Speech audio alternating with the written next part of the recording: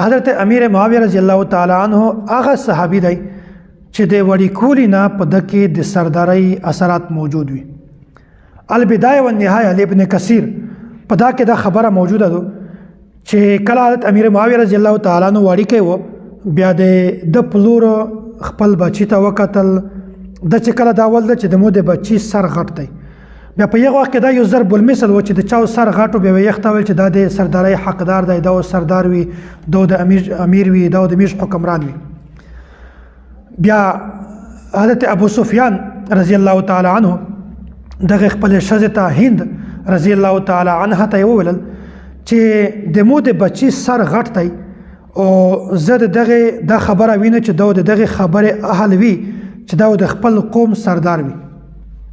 په دکې زه دا اهلیت وینم چې دا د خپل قوم سردار وي.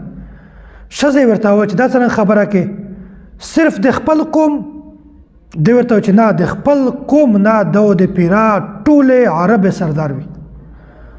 او دا ورته وفرمیل چې کچیرې د ټوله عرب سردار نه وي بیا د مور د په نصیب باندې جوړي.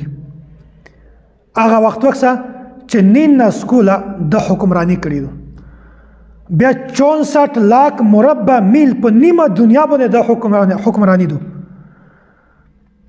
نو دا هغه صحابي و چې د وړي کولی نه د په شکل کې د جسم نه د سر نه د حاکمیت د سرداري د اثرات کې موجود وي.